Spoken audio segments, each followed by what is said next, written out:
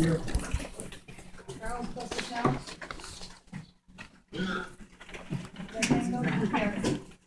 Michael Baranowski. Nancy Delay. Here. Joe here. Thank you. Recognitions and presentations, Mr. Gutierrez. I'd like to call to the front Mr. Louis Bomarito.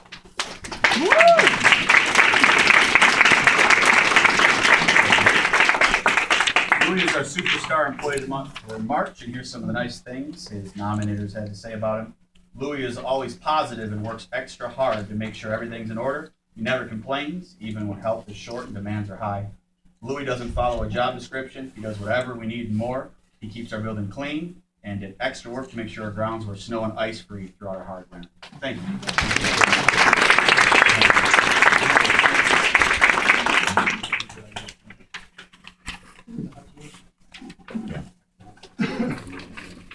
Thank you, Louis.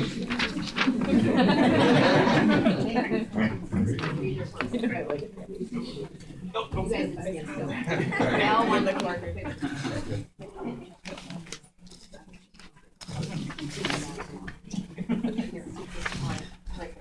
Next, we have a report regarding year-round school. As you may recall, in February, the board was made aware of some information that some of us found at a conference regarding summer learning loss. And I asked Mr. Brutin if we could share that information with the board. And as you'll recall, at that time, the consensus of the board was we would like to have a committee to study how to possibly fix this, and if year-round schools was the answer, and if it would be a fit for us. And hear that. Who wants to hand it? Well, I'd like to thank on behalf of the committee for allowing us this opportunity to present the information that we found. The committee members are listed up there. We had a group of parents, administrators, teachers, a secretarial, a very varied committee with opinions all over the place. So we all started out with some great discussions. Miranda Molesky is a parent here in our district. She's going to help me present tonight. And if I could just ask the other committee members to just stand real quick so they could see we're varied of who they are. Thank you for all your hard work. I want to just say again, we've had a lot of great discussions over the past couple months, and it's been a good learning process.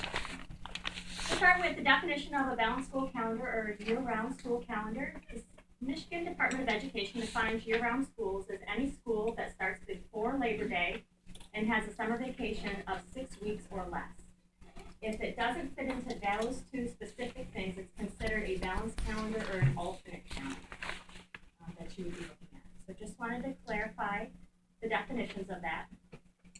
Why we looked into a balanced calendar option or a year-round school option here in Algonac was one, to look at preventing the summer learning slide or to help at least slow it down, but also to offer choice and learning for our families within the district. So to help increase achievement by preventing that summer learning slide and to offer choice and personalized learning for our students are a couple of the reasons we looked at. Okay, research is very varied out there. So we're going to start with research in support of year-round school, and then we're going to look at research that is not in support of year-round school. So in support of year-round school, under academic achievement, the Virginia study, which was done in 2012, studied 51 elementary schools. And in that study, they quoted 57% of the economically disadvantaged and 49% of all students improved a faster rate on test scores in year-round schools than in traditional schools. The second thing we talked about there, according to Nice in 2000, was when measuring at 58 areas of educational topics, which ranged anywhere from absenteeism to motivation to academic achievement, and all over, students in year-round schools achieved at a higher level than students 83% of the time than in traditional school calendars. The third thing there in academic achievement states that there's increasing evidence that many students benefit academically when school changes to a year-round calendar. These benefits occur to at-risk students and those who are not. I think a big thing out there you hear a lot is that this only helps the at-risk students. Studies do show that it helps them at a greater level than other students, but all students may benefit and do. Budget, we talked about in Tennessee's study from 2003, they reported a drop in discipline referrals, lower dropout rates, and 30% drop in teachers' sick and personal day leave. So some possible cost benefits there. On average, all students lose about a month of progress in math skills each summer, while low-income students lose up to 3 months in reading comprehension work.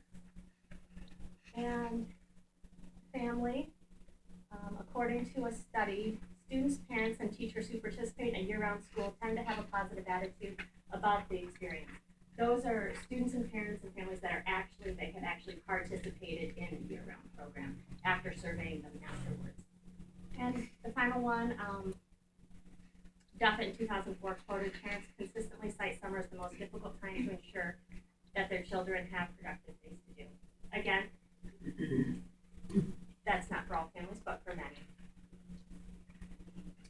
And then the research not in support of, first of all, I would like to say thank you for allowing us the opportunity to talk to the board, and thank you for the job that you all do for our community. I appreciate it, and so do many other stakeholders out there. As far as the budget, I'm going to read a little bit, and then I'll paraphrase some of it as well, because they are kind of lengthy. This study was also out of the Virginia study in 2012. In that it said, since 2008, school divisions in Virginia have discontinued the year-round calendar, as some are all of the year-round schools.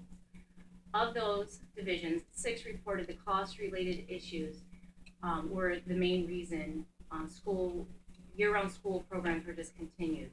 For the others, they also were considering adopting the year-round calendar, but 38% of them said that the cost implications prevented them from doing so. And we know by having Mr. Broom go out to the community and looking at the 26 slides of the ideas that you are all in a very tough situation because of what the state has put upon our small district to make cuts.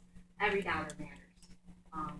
So we'll get more into the cost later, but with every dollar mattering, with every dollar that matters, there have been schools that have started it, it looked good, and then there was other costs that we'll talk about later on that all of a sudden pop up that were not considered or thought of, and that's something also for the board to think about. As far as academic achievement, while many previous studies had examined the connection between year-round schools and academic achievement, most had lacked the statistical rigor required to provide reliable interpretations.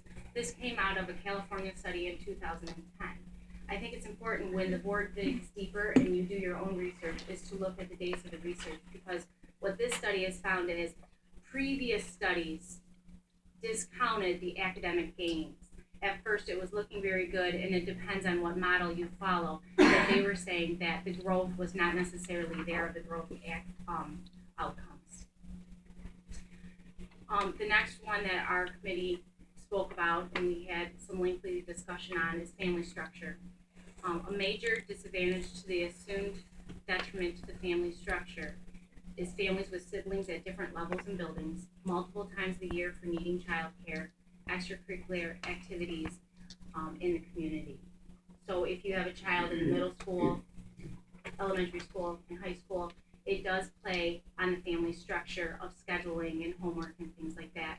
There is a study actually in Florida, there was year-round school in Seminole County, and they actually went back to a traditional calendar after trying the year-round calendar, and this is what they said was one of the major reasons is because of the family structure. They were listening to the stakeholders that were involved there. The next one is academic statistics. This study is out of Ohio State University. They found over a 12-month period in average reading and math scores gains were less than 1% in year-round schools than in the 9-month school. This researcher said that it's absolutely a trivial difference. He stated that if schools are considering a year-round calendar in hopes of boosting academic achievement, it seems unlikely that those hopes will be realized. and may not be worth the disruption that comes with the change. And this was out of 2007. So with every pro, there's a con. Is that academic gain there? We do know there's a summer slide. We've all seen the video. But the board needs to investigate and look further to say, is this the solution to that summer slide that we know that children do?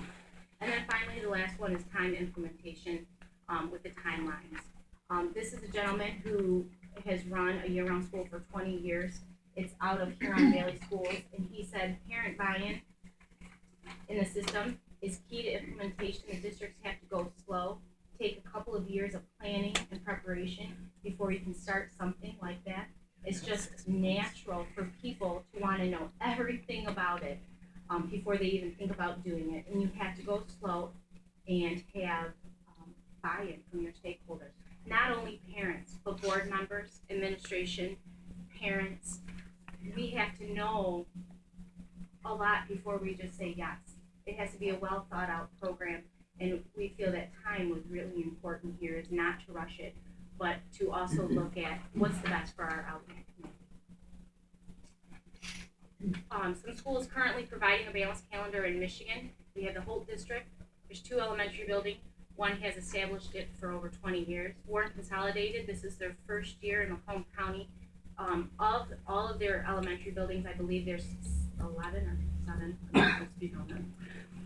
3 are in their first year trial. Beecher School District is their first year. Kent County is 1 elementary for 15 years, and Lake Orion has 1 elementary, and they've been doing it for 12 years. And then locally, what are our neighbors doing around? We have Croswell that started it last year. They have a July start date, and they have a track within their elementary building. And they're looking at possibly going to the middle school for next year. East China has a proposed calendar, which they're saying track, but that is not known at this time for sure yet. Same with Marysville. Memphis is looking at a track for next school year as well, but no calendar has been released when our committee was together. Anchor Bay noted that they're doing a traditional schedule only.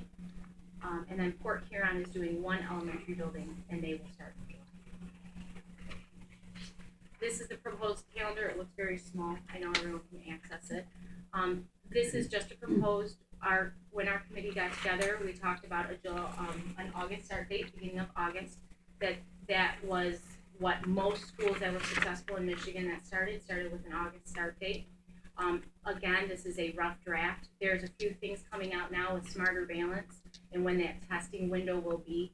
If you look in April, you might be coming right off of a break going into your testing window. So there's a lot of little things to consider when looking at that if it was to go further. Intersessions is a word you often hear when you look at a balanced calendar or a year-round school. Intersessions is the time when traditional students are in school, but the year-round students are not in school. So during this time, most districts offer some type of an enrichment during those time frames, whether it's enrichment, academic, or a combination of both.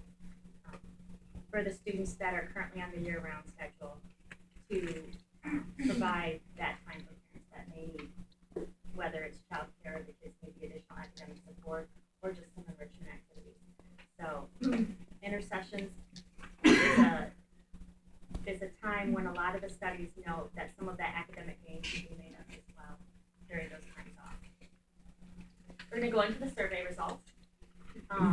We start with the Algonac Elementary parent group. If you can see here, 61 parents said yes, they would like to try the balanced calendar, which is 40% of the school. 23% or 35 parents said possibly that they need some more information. And 56 of the parents or 37% said no, they would prefer the traditional calendar at this time. And I want to preface, these surveys are all they were a rough survey. So we have not had any parent meetings to go out and explain in depth. We were just trying to get a feel for what the city or the Algonac Community School Districts may look like out there. Fairhaven Elementary parents answered that 24 or 30% of them said that yes, they would like to see it. 35% or 28 said possibly they'd need more information, and is it 36%? 29 of them said no, that they would prefer not to at this time. Millside, parents said 31 of them, or 20%, said yes, they would. 26%, or another 39 parents, said possibly, they need more information. And 54%, or 82 families, I should say, not just parents, said no, that they would prefer not to at this time. Algonquin parents. We've been told that the kids took this survey. Keep that in mind, Algonquin may be very skewed. 24 parents, or 16%, said yes. 33 or 22% said possibly, and 96 or 63% said no, not we also surveyed the staff to see who would be willing to work a year-round calendar. We sent it out to all elementary certified staff to see.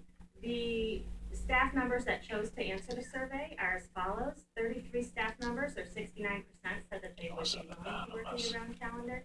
And 15 or 31% said that they would not be at this time to work a year-round calendar. And with that, one thing that the committee did say is, what is a good percentage? We don't know, that's for the board to decide, but that was very, 40%, 39%, 30%. What is a good number for our stakeholders and for the community to move forward on that? And that is not a question that we could answer as a committee, but that is something that I think is very important for the board to consider. Right. What's a good percentage? What are we looking for? Are we looking at We had 3 possible options we considered for Algonac Community Schools. They are as follows. Option, and we're going to walk through this, but before I break down the pricing that we came up with, I want to first say that these are approximate prices as best as we could estimate to the number. These are also based on summer school running as it has in the past. So option 1 is a whole building pilot. So if you were to choose one elementary building and run a balanced count schedule on there, what would the cost look like? And I'm sorry, I didn't realize the red was going to be so hard to read.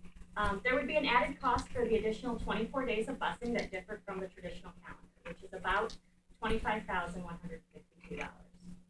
Energy cost, approximate estimated cost, running air in the summer months is $3,331. These are approximate. It could be a 70-degree summer, it could be a 90-degree summer. Very hard to estimate energy. In the green are your cost savings for running for one building. Estimated savings of heating costs in the winter months during those breaks is $3,154. Cost savings of not having to run summer school at one building is approximately $22,375. I put the black for intercession program because we couldn't put a number to it depending on how the board and the district ran intercession programming. If you chose to run year-round schools at a Title I building, there could be some Title I funds that could be used for the academic supplementing of the program. Or many districts have it a family paid option. So there's multiple options there, but until it would be decided on how you want to do that. Total approximate cost for running in one building is about $2,954 above what we currently spend. So it would be an additional $2,000 to do year-round school at one building. But that doesn't include Title I money if there is any available. Well, we have Title I funds that go, to the building. So if you pick a Title I building, you may be able to offset intercession costs for families. So it wouldn't, they wouldn't have to be all paid. So you'd still have all the costs that are listed there, but you just could possibly run some of the intercession programs with Title I money, so it wouldn't make that $2,900 go down. No, it wouldn't make it go down. No, it would just impact if the families have to pay out. So that's why I put it in black. It's not a cost savings or a cost, or an added cost. Could be an added cost, but it may not be if you're able to. Right, it depends on how you ran intercessions, and that's why I wanted to note it. It depends on what the district decided to do. Do you know if the governor is proposing any added monies to? There is, but it's not guaranteed that we would get any. A lot of it's for building and maintenance costs, like to put in air in buildings, and we currently already have the structure for that, so I wouldn't count on any money from the government. Brian, Yeah, I would, that's fine. I would agree. The pot has changed in value over time. It went from 10 to 5 to 2, and then back up again, and the application is actually due April 1st for those that are going to. And there are stipulations tied to this pot. As you said, a lot of it's heating and cooling. heating and cooling, and a lot of those also tied to at-risk buildings. And the definition of an at-risk building really hasn't been very clear on the applications. It can be at risk according to your socioeconomic status. It could also be at risk according to your scores, and there really hasn't been much of a clarification on the definition. And regardless, if the pot is 2 million divided by the number of schools that we have, it really wouldn't be very substantial. So counting on governor money right now really isn't something that's coming. Also, if that, feedback on that, also, there's a 3-year commitment, if you take money, you have to commit for 3 years. It also is depending on what your fund equity looks like, so there's a lot of stipulations of where you stand financially, and where if the district's in need. Option 2 is a track through buildings. A track is one classroom at every grade level on a schedule, while the other classes are on a separate schedule. So you'd have one class at every grade level on a balanced calendar or year-round school, and you'd have one class of everything on a traditional schedule. It looks like that's what the people around us are doing. East China's looking at running a track. Croslex currently runs a track. Marysville's hoping to run a track. Tracks are more costly. So, cost analysis for a track. Added cost for busing for the 24 days is again $25,152. The energy cost for running air in the summer months is $3,350. Added cost of secretarial and administrator for both calendars, because you're running both a year-round schedule and a traditional schedule. So you're increasing contractual days that you need people there. Is $37,248. Cost savings of not having to run one summer school, again, is $22,375. Added cost of cafeteria staffing for both calendars is actually nothing, because you staff your cafeteria to break even with what you charge. So there isn't an added cost for that, and I found that interesting. I didn't realize that when I was looking at it. So say if you only have half of your building in, you only have half of your staffing in then to serve those. So it's a break even cost at that point. Again, the intercession programming is the same as the last, it would be depending on how we run it. So total approximate cost for option 2 is $42,356 on top of what we spent to run a track. Option 3 is to stay with the traditional calendar, where all buildings would operate on the current schedule. The cost of doing that would be summer school would run through the month of August as it always has. Cost of summer school for all 3 elementary buildings is approximately $44,750. Again, that's 2 locations. That's one at Algonac Elementary and one at Fairhaven. So the total cost of this plan is the cost of summer school, which we currently are running. Any questions? But isn't some of that summer school cost covered by Title I money? You guys No, aren't it's using at-risk Title- funds, Okay. so it's not covered by title. Only Algonac Ellis title, where Millside, Fairhaven, are not. Details to be considered further, things that if the board were to do this, that we would have to look into. Schools of choice for busing, if that is something some districts do, bus students into the program and out of the program. So there would be an added cost to that. Intercession programming, again, we'd have to talk about how that would want to run. Itinerant staffing is one we talked about as far as administrators, how we can staff our buildings. There are ways there wouldn't be added cost for it, but you do need to talk to those people and make sure that we're all on the same page. Community summer programming, talking to the different local area leagues, so that way we can make sure that kids aren't missing out on opportunities and that we can all work together and make sure our summertime businesses are running the same flow. Talking to the new superintendent, bringing them into the discussion. Union considerations, just talking with the union about issues. And of course, you'll have to consider the budget further depending on which way you'd like to go. And then we did include all the references from our research that we will put out there. At this time, are there any questions? One big thing that was talked about in the committee is that it was very lengthy at times. There was many different viewpoints that were expressed, and we had a lot of great and rich discussion about it. And I think a lot of these details to consider further was because we do not have a superintendent in place yet for the 2014 school year. The budget concerns were important. I think there's a lot of going back to a little bit of the research. I think going back and looking at those pieces where the board, I think, needs to maybe fill in some of those answers, I think will help have a good plan in place and planning appropriately. Yeah, one thing the research shows is that the fidelity of the implementation is really, really important to do the program and to do it well, just like with any intervention, and to collect your data. The committee even went further on saying, doing maybe some site visits within schools that are running it, looking at what their actual data is. I know that our demographics are very different in Algonac from schools that have been running them. Some schools are in Oakland County. It's very hard to compare REAP scores from Oakland County, St. Clair County.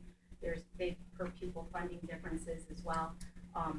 But I think it's important to explore these options and make sure that we go ahead with planning appropriately depending on what the board would like. But it's also looking at all stakeholders and that curriculum that the teachers are going to be putting out. If they turn around and do a plan that gives them adequate time to make sure the instruction is high quality throughout, no matter. Any questions?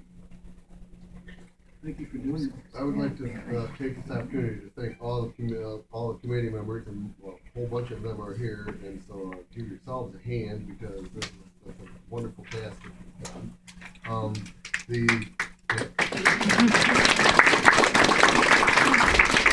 And while the intent of forming the committee was not to implement year-round school or balanced calendar, it was to bring us an answer about how to battle summer learning loss and those other associated problems. And we are in a position currently, there is no plan to make a decision about year-round calendar, period. The good news is, at such a point, if the state were to decide, which they're very capable of doing, to just say it's year-round school people, we at least have the framework in place by this dedicated group of individuals who have brought us information so that we at least have a foundation to start from rather than trying to scramble and start from scratch like many other people will have to do. And we're very appreciative.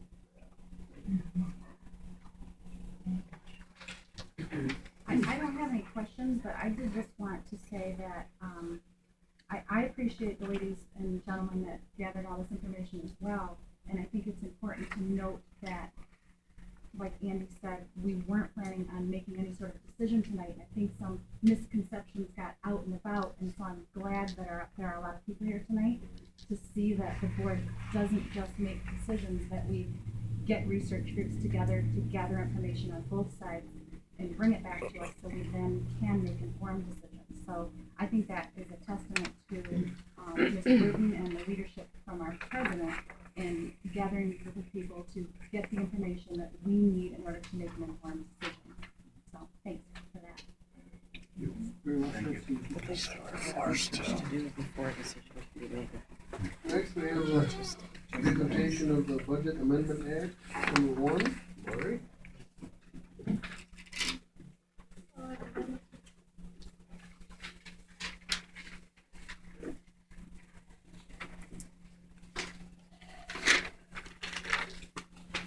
So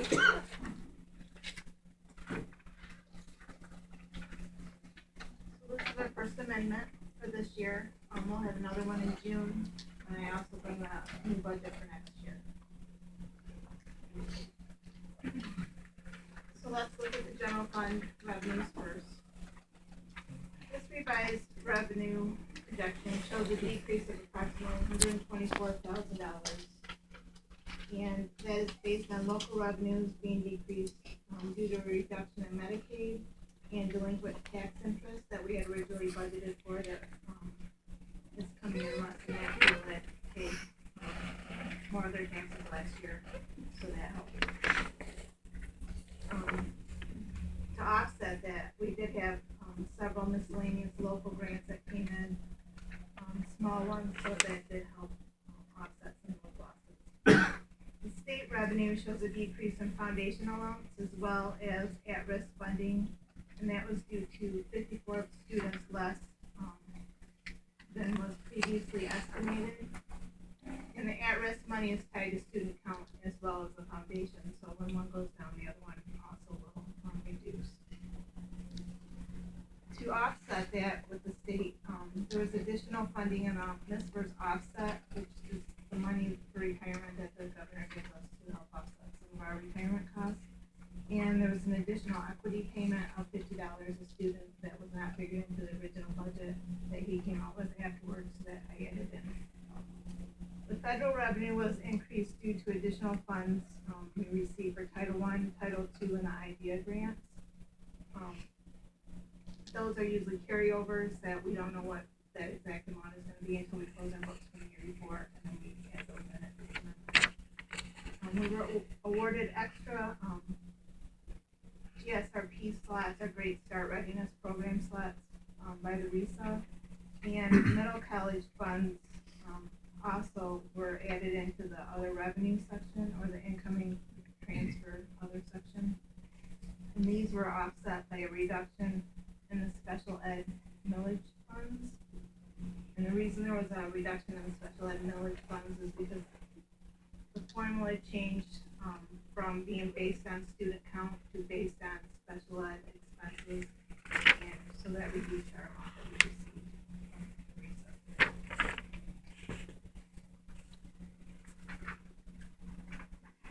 For the expenditures, the amended budget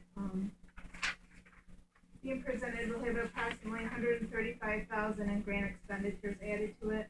These grant expenditures will be offset by reduction in non-grant expenditures, bringing the decrease to approximately $239,000. The instructional services expenses were decreased due to the reduction of the expenditures for the at-risk and curriculum purchases, substitutes needed, personnel costs, and unemployment expenses that we did not have to pay out.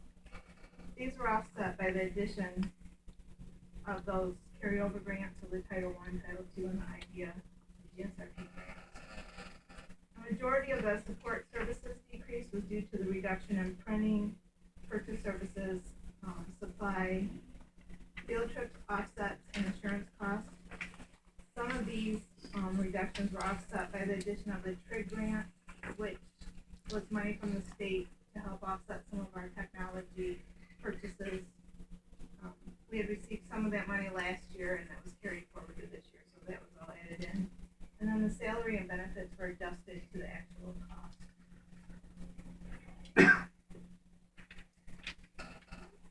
This slide gives you, I added this last year, gives you a little bit of idea how the grants revenue comes in, but it also goes right back out. Of these, I just kind of would like to show you, the federal grants are the Title I, the Title II, the IDEA, and the IDEA preschool. State grants are at-risk, MISPER's offset, and the Headley data collection. That is to offset some of the unfunded mandates that are reporting to the state. That helps offset some of the business service costs. And then the RESA grants are the GSRP, which is a Great Start Readiness Program, that is paid out for the preschoolers in the district.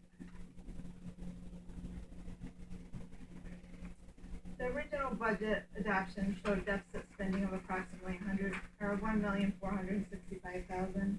The reduction in revenues offset by reductions in expenses have reduced the deficit spending to $1,349,000.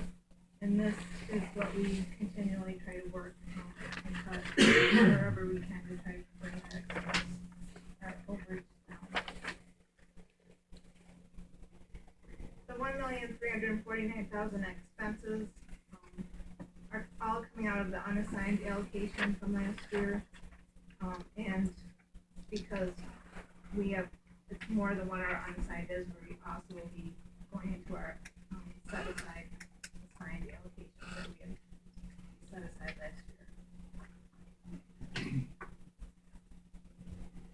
The debt fund revisions, we always bring those in June because of the fluctuation of the property taxes throughout the year. School service fund, revenue has increased slightly due to higher than anticipated state aid, and these were offset by an increase in some equipment repairs that we had not anticipated for the school service fund. Is there any questions? Lori, with the current fund balance that we have right now, we're at about 16% balance. So with this projected deficit, it's going to be cut in half, right? So It'll be down to around 8%. And with the final budget and that, you're not anticipating any significant changes with that. So this is a pretty solid number you're putting. You might have, I would say, maybe 100,000, maybe 2, million. We'll put it a lot closer.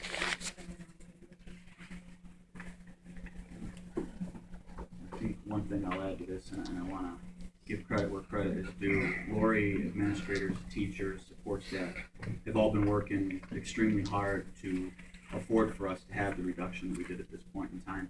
I think the key point in all of that, if you picked it up, was a 54 student difference between anticipated and actual.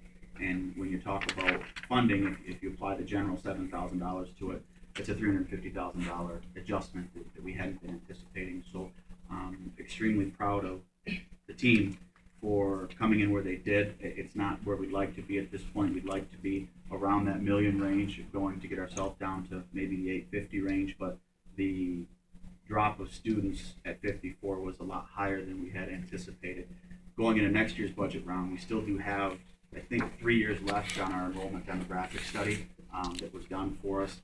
It seems to be missing the mark a little bit more than it has in the past, and so it's going to be wise of us to have that demographic study redone so we don't have these drastic differences in our anticipations. And so going forward and building next year's budget, we are going to be cautious and building more to the pessimistic side, and so we don't have these unexpected decreases in students. And there's a lot of considerations that go into that. A lot of it is socioeconomic, a lot of it is demographic related, but we also have programs as well too that are leading to increased numbers of students that are out of the district. Great opportunities for students, but things that we need to plan for in our budgets. Next year, anticipated enrollment for just our juniors in the middle college is 21, which again, great opportunities for students, but something that we need to plan for in our budget so that we are coming in with our projections at a realistic rate. So again, credit is due to the team of educators that have done such a good job up to this point, but we still have a lot of work to do, and I agree with Lori. If we do phenomenal toward the end of the year, if we can get another 150 out of this, I think it's a really good year for us when it comes to reducing costs. And so going into next year, we will definitely have a plan for the student enrollment where we think it's going to be, and also for the fact that our numbers are a lot more realistic when it comes to variances than they have been in the past. And 54 is a blend, adjustment to the blended account that we get. And I usually have a little more savings at the end of the year in our utilities. Well, when we have a winter like this one, You know what our anticipated drop is next year in enrollment? Just going by the study, we could add 10% if we want. The study predicted somewhere 20 to 30, but right now our study is very far. It's varied from where the curve was. It was within, for a few years, it was within a few students, which was amazing. And it has projected a drop faster than we've experienced that drop. And for the past 2 years, enrollment was relatively stable. And that's why going into this year, the estimate varied from our demographic report where we said we think we're going to be stable. And this unexpected drop was something that kind of caught us by surprise. And the state also changed how they count students. They used to count the February before fall count and then fall count, and then usually that February was always higher. Well, they changed it this year to the February after fall count. So going into your original budget, you had no idea now what any of your numbers, you have no solid numbers to base on.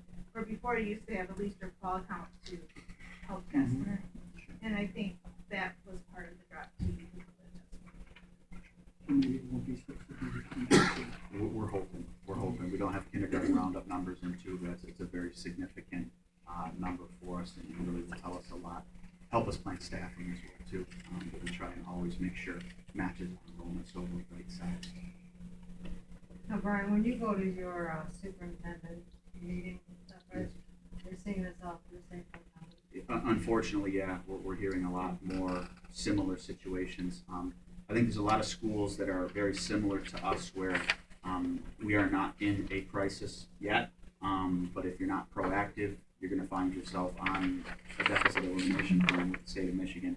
And in each and every single one of the budget presentations that I gave, that was, I think, my biggest point is we can sit back and we can do nothing and we can wait for the state to come and bail us out. But when you do self-report as a deficit district and you are put on a deficit elimination plan, you lose a degree of local control. And you have to submit your budgets and your ideas to Lansing.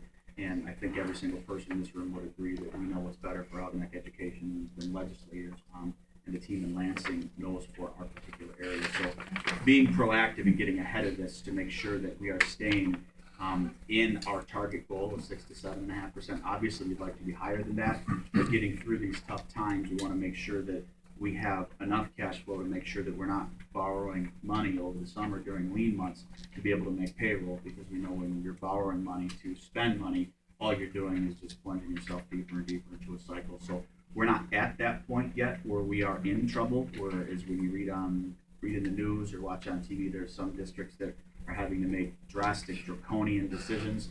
We're on that cusp. And so with the budget that we're going to be building for next year, we're going to build it to a point where we will not be a deficit district. We won't have a 15% fund equity where we did before, but we will make sure that we are healthy enough financially to get through these leaner times, and hopefully that the economy continues to turn, the enrollment stabilizes, hopefully upticks, and we can get back to building our fund equity back up to the levels that we're used to. At this rate, though, we have 1 more year. 1 year, and that's it.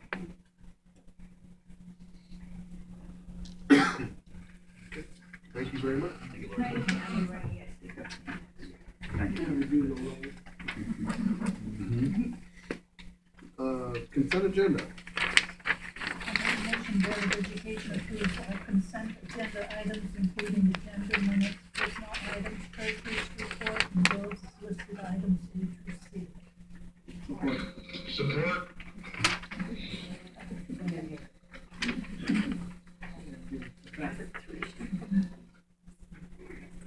Been moved and supported. Is there any discussion? Hearing none, all those in favor say aye. Aye. Any opposed? That passes. Information items, Mr. Boutin. As has been the practice in the past, April we'll have an action item for renewal of administrative contracts, so we'll bring it to you as an informational item now. Also, we're bringing to you 2 overnight trip requests in April. One is going to be for our varsity baseball team. They will be traveling to Alpena. We are hoping that by May 2nd, the fields are playable and that they don't have any snow on the ground up there. And the second is a series of 2 camps that varsity football is planning on attending over the summer. So those 2 overnight trip request informational items are given to you now, and we'll be asking for action for those in April. Mr. T, anything to add? Okay, thank you, sir. On to the formation of a budget committee. I sent to you all in a recent Friday letter that our bylaws and policies allow for us to form a budget committee. The superintendent is responsible for proposing the budget to the Board of Education, but I would like to exercise that right within our policies to form a committee. And Andy and Chuck and Mike and I have set a date, and we're going to be meeting on Tuesday, April 1st. We're going to be presenting a variety of data to them, including the summation from the budget presentations, and also hopefully by then we will have a much more realistic picture on the teacher buyout picture. And I'm crossing my fingers we'll have realistic numbers from the state, but I don't think at that point in time we will have a definite answer from them. In the superintendent's report, I'll talk more about what the Senate has done to the governor's original proposal, but the budget committee will be meeting the first week of April, and we'll report back at the April meeting on what the budget committee has come out with. In your summation from, all of the budget seminars Yep. that you put on, Yes, you're going to make that available to everyone now? yes, I will. Public Yep, and yep, everyone? I'll make sure I get that to Do you. you have an idea when that is going to be available? It's done, I just need to hit send. Yep. Administrative reports. Okay, Okay. I just wanted to bring the board up to speed that we did have our first STEM outdoor planning meeting for our outdoor classroom. Happy we had staff, administration, student, parent, and community all represented. So did a great job planning for it and getting out there and seeing what resources are currently available. So it looks like Woodlands is using a composter that we can get. Look forward to bringing that to you more as we get more. And I also wanted to talk about the fact that I was contacted today. The elementaries have implemented a K-5 STEM classroom. As you all know that we talked about that, is the only one in the county currently that does a rotation for our elementary kids in STEM. And they had called and asked if a couple districts would like to come out with Laura Chambliss and take a look at the program and have us answer some questions. So good props for doing that and looking at Fairhaven and those kind of things.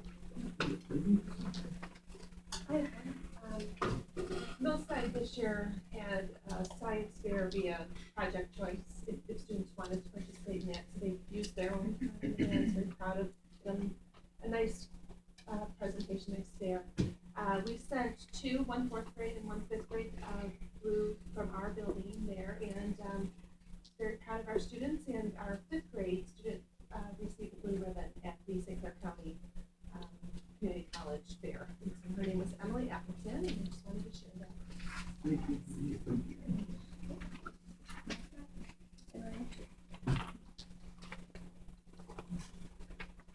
anyone else? Okay. Board report? One comment, last month, the Sports Boosters had their annual dinner auction. It was a very, very good successful event. Thank everybody that donated, contributed, attended the event. It raised, I think, a little bit over $19,000 this year, so it was fantastic. It all goes back right back to the kids. All those members that sit in the boosters committee and work all the events are 100% unpaid for their efforts, so it's nice to see that kind of support for our kids. Thank you, everybody. Very good. Anyone else? Superintendent's report. Version 2 of our school calendar was released to the public last week, and I'm hoping, praying, crossing fingers that that'll be the last version of the calendar. And so I want to take the time to just do a quick minute or two reasoning behind why we had to do the way that we did. There's 2 tests that you have to meet for the state of Michigan when it comes to receiving your full foundation allowance. One, you have to meet a certain number of hours, and that's 1,098. And the second is you have to meet a certain number of school days in the year. And the confusion that I think has come up in the public and also in the media is, out there they say that the minimum number of days you have to attend is 170. Well, that's true for the absolute minimum for schools in the state of Michigan. But back in 2010, the state had a magic lock date where wherever the number of days you were offering at that time is the number of days that you are locked at and can offer no less than.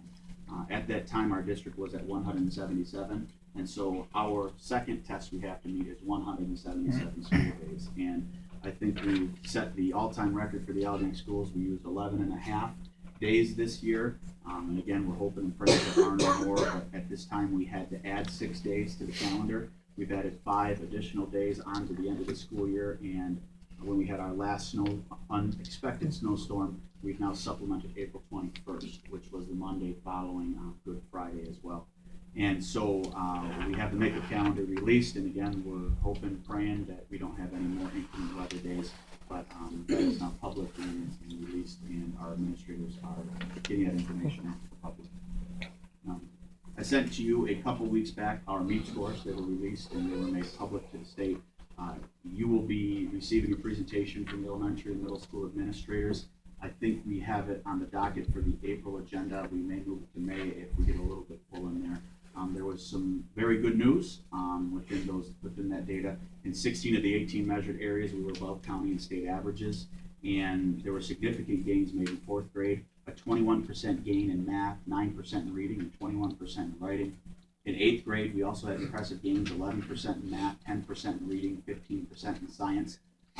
But with celebrations also comes areas that you have to address as well too. We had decreases in 3rd grade, which is causing us to go back, look at our data. And our administrators will be drafting their new school improvement plan very shortly here. They'll begin work in April and May up at DeRisa with data that is provided by them, also with their school improvement teams. Our administrators have also received updated training on how to modify their school improvement plans to help meet some of the benchmarks that are set by the new scorecards that are released by the NDE. Remember, this year was the first time we had the red, yellow, green designations that really kind of confused many of us. Al arranged training for our administrators and went through new training to modify our school improvement plans to help meet some of the gaps and some of the areas that are identified as weaknesses within those plans. So a presentation is coming to you soon from our administrators for more details on that. The Michigan Merit Exam, which is the high school test, was completed last week, their makeup testing, and the high school staff did a wonderful job. They tested every single student but one, and that was out of their control. We don't expect results to come in from that until sometime in May, but we will await those results and be able to adjust and modify accordingly with that. Some of your superintendent candidates have alluded to some of the next topics I'm going to talk about. One of our questions was, what issues in the legislature are concerning to you right now? And their answers are the same that are relevant to all of us right now. I think there's a couple of hot topics. Number one on all of our mind right now is we would really wish that the MDE would pick a test for us. We believe and still think that the Smart Advanced Assessment is the one that's going to be in. That's the one that we're planning for. In committee, the ACT Aspire made a real strong push, and they get a lot of backing from some of the legislators, and so I think that may have set our timeline back a little bit on this. But as a staff, as a group of administrators and teachers, we're looking for a final decision to be made so we can look to spend our church grant money, which Lori mentioned, and also to get an assessment timeline down. So when we are setting calendars and forward planning, we do know when those windows are going to be. So we're waiting for the legislature to come up with a final decision on what assessment we're going to have. The superintendent candidates also alluded to the evaluations. This is something that the MCEE proposed almost a year ago now and has still been in the legislature. We do not have the evaluation legislation officially approved. So we don't have the tools that are officially approved by the legislature. And with that, we also don't have a growth measure that we've been looking for as well too. So two real big pieces that we're still waiting on. As we get later in the year, our anxiety levels go up a little bit more because these do have to do with some of the planning that we do for next school year. But we'll have to be patient and see what comes out of the legislature. And the last big piece is the funding. We are awaiting a final budget piece to become adopted. Governor Snyder released for us good news, as I released before. He released basically $111 per kid for Algonac, plus a $52 best practice incentive bonus, which will be moving on tonight for this fiscal year, which is a very positive thing for Algonac. The Senate took that proposal and they put their twist on it. Their twist on it, if that were to go through as adopted, is better for Algonac. It's not substantial, but it's another about $15 per student, which is a good thing. And our feelings, our guesstimate on this is Governor Snyder's original proposal would be the worst case scenario for us, which again doesn't solve our entire problem, but definitely does help with approximately $275,000 to $300,000 positive adjustment for us. And hopefully when the House gets their hands on it and they add some of their twist to this, then it'll come out even higher. And so we are optimistic that the funding is going to be a worst case scenario, a $275,000 to $300,000 increase, and best case scenario, hopefully we can get a little bit more funding on top of that. That's for next year. That's for next fiscal year. Yes. And the last thing to talk about is unfortunately some negative news. And you've read in the papers the articles that I forwarded you about the impact that the tech millage failure has had on Algonac. And so from the theory to the reality now for us in actual numbers for us, tech has eliminated completely the construction trades program, the teacher exploration program, the health exploration program, and one section of cosmetology. These are going to be phased out over 2 years.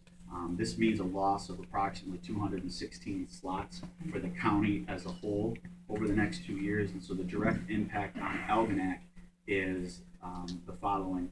We are allocated 24 slots for next year for tech. We had 41 last year, so we lost 17 slots due to the loss of millage, and we have 41 students that have submitted applications for the 24 slots that we have. So unfortunately, the failure of that millage is going to have a bit of an impact on the number of students that are being placed into the tech program. Our counselor and our high school staff are working very hard to be able to take those students that didn't get into the tech slots they're asking for and hopefully get them into a curricular pathway that does suit what their interests are and try and tailor some of their electives along that way as well too. So not the greatest news, but we're going to make the best of what we can, and our counselors and high school staff are going to do the best that they can to try and get students into the slots, into the elective classes that best fit what their career goals are. I'll ask a question, and maybe somebody else has a question on it also. With that being said, was the public notified? Did we send emails out? Did we send letters out to the families? Possibly that could be affected by this, or to our whole school district and say, look, this is our millage rate coming up, it's gonna affect the kids that we, and our children at risk. Was that done? The RISA had a committee that was funded that did identify yes voters and send out mailings to them. We did our best through memos, through word of mouth, and the defeat of the millage was sizable, not just in Algonac, but throughout the county for various reasons. And so, again, hindsight's always 20/20. I think that the RISA and ourselves as well too will learn from this. And again, it's unfortunate that students' lives are being affected by this, but it is a sign of the times, and we have to make the best with what we have left and do the best that we can for students and their interest and meet their personalized needs. Thank you. Visitors near requests? We have a number of them, number with, regarding year-round school, and we'll start with Kim DeVerney.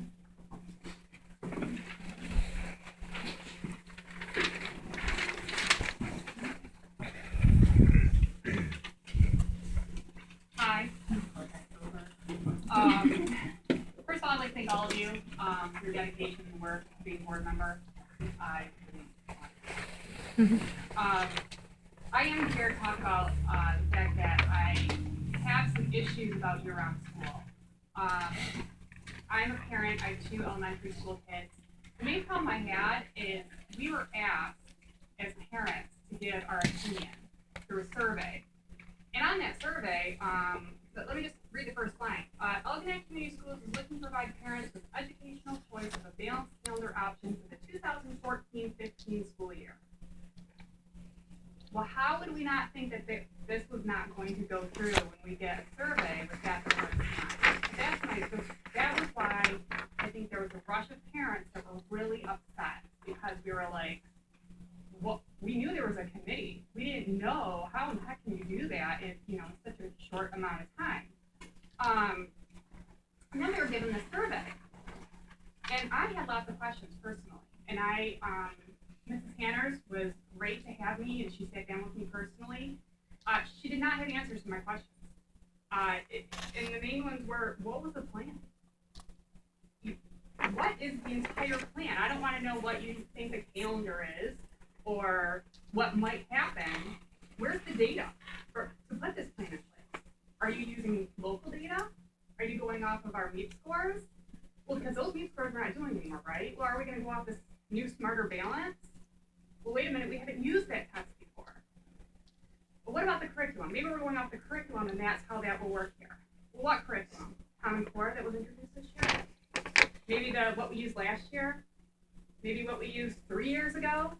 I mean, I'm just an elementary school parent, and we've had so many changes in our curriculum and how we learn math and how we do that, and we're trying to adjust, and all of a sudden, I know our teachers are struggling to find the best ways that work, and now all of a sudden we're going to take an elementary school that has, not half, a little less than half of all our elementary school kids, and we're going to put them on an entirely different schedule. So that was one of the questions. The other one was budget. What does this cost? And I've just got some of the information.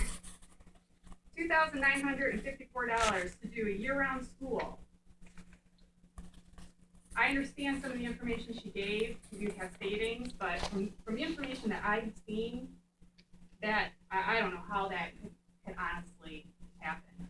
And then I saw a cost of $43,356, and this was for the track, but they're getting rid of summer school in 2 of the other elementaries. What happens to the students that need that summer school? So when I want to know budget and cost, what's the budget, what's the cost, and what are we losing? What are we going to lose at these other schools with these other kids? So we need all that information as parents before we're asked to give our opinion, because then we don't have factual data. We have, well, this is how I feel. Well, this is how I feel, and it's impossible to make an educated decision on that. So this came across because of the summer slide, because there's a problem. I agree, it's an issue, and I'm not the expert. I'm not a teacher. There's got to be other options. You know, what are the teachers saying? What are they suggesting? That's what I would want to know. You know, and then go from there. So year-round school may not work. It may work. I don't know. But what are the other options that we have to build education as a community? That's all I have right now. But thank you again. Thank you for your time. Thank you. Sandra Kucharka? Okay. Heidi Stevenson, regarding year-round school?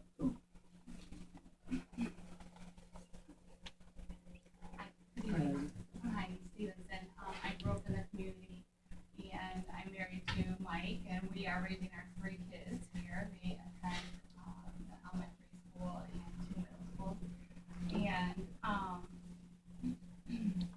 basically, I just wanted to say first off that I am one of Algonac School's biggest cheerleaders here. We have chosen to raise our kids here where I grew up. My background is I have 20 years experience in education in Anchor-based schools. And I just wanted to talk to the board briefly tonight. I attended Mr. Murphy's presentation with his 26 slides that we were asked to vote on. And the question that I just want to ask the board is to carefully go about your decision with this idea of the implementation of the balanced calendar, given the budget restraints, and how can we implement a new program when we are looking at having to cut other programs possibly. I know they were all ideas. Personnel, staffing, you name it. Once you can see the survey that was given, like to look at what those results were, because there were so many different ideas. It went as far as, one was cutting freshman sports to closing Algonac Elementary. So how can you implement a new program in a school that you might pilot at the same time? So I think that the research committee did a fantastic job with trying to find the pros and cons. And is it possible that we can learn from other districts that are similar to us and just not to rush this decision?